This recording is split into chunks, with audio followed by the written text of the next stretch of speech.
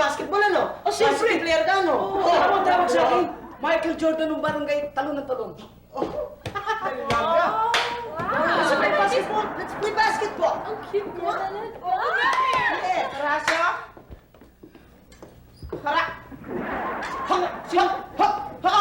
Horacio! Sino pinagkagagawa mo dyan? Mukha ka retarded! Ano yan? Tinatawag niyo tito ko? Ano tito? Horacio, ha? This is not the kind of example that I want to lead my girls with. What's the matter with you? Peace ka nga! Nakilala mo ko?